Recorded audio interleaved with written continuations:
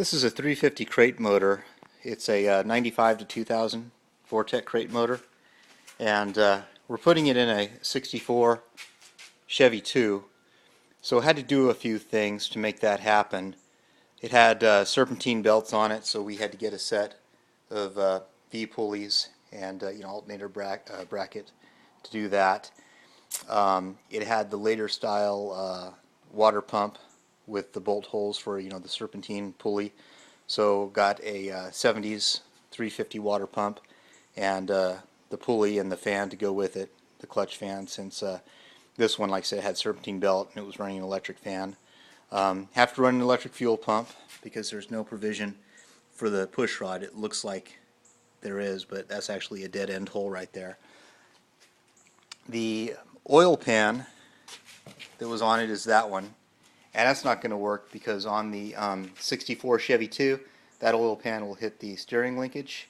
So we called Chevy II Only, and Chevy II Only sells a bunch of parts, and they sold us this cool oil pan with the notch right there, and the steering linkage is actually going to go right through that notch. But that notch is where the oil pump pickup was originally in that other pan. So with this oil pan, Chevy II Only also sold us a new oil pump pickup. So the oil pump pickup is right there, and we've got that installed, and it presses into the oil pump right there. Just press fit, and then it bolts on right there. And the only problem that we had was the original oil pump that was on here. I had to buy this oil pump today. Just got that oil pump. The original oil pump was this one, and it had this pickup which had to be replaced because it goes right here, right where the notch is. That's where your notch is, right there. But if you look at the diameters right here on the tube, the one on the right is clearly a larger diameter. So where this needs to be a tight fit right there and go in snugly, when this was the oil pump that was installed on the engine, and I tried to install that oil pump pickup into that oil pump, it just went in really loose. I mean, really loose, like that loose.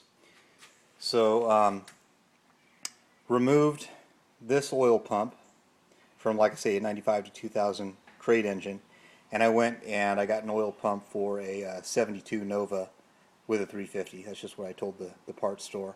And it's the same oil pump, bolts to the block the same way that this one does. It's the same height and everything else. The only difference that I can see between the two oil pumps is in this diameter right here, where it receives the oil pump pickup. And as far as the shaft that's driven by the distributor and the camshaft, that shaft was the same as well. So that oil pump went on, and once I had that oil pump, then the pickup went on, and now I'm ready to put the oil pan on.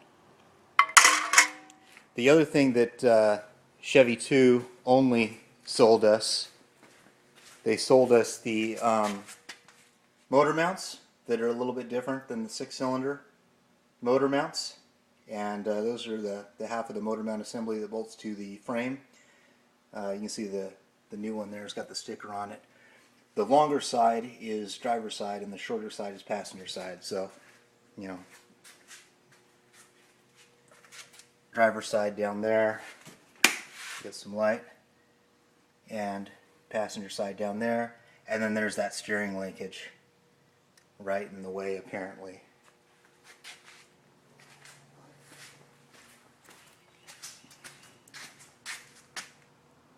I think that's it. Oh, then one last thing from Chevy II Only, they also sold us the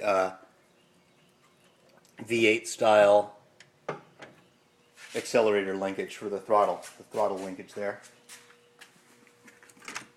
Whereas this was the 6-cylinder style.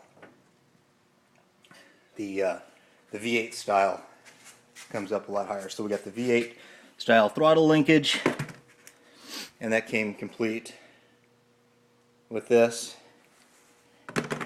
And we got the motor mounts and the pin and the oil pump pickup. I needed another oil pump to make everything work, and I think that's it.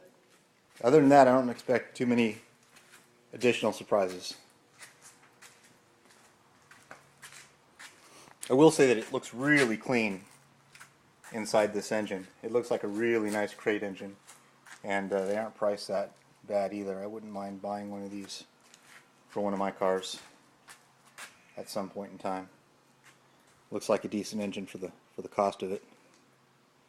This one's a used crate engine, but you know, if I couldn't find one that was used, I'd certainly buy a new one.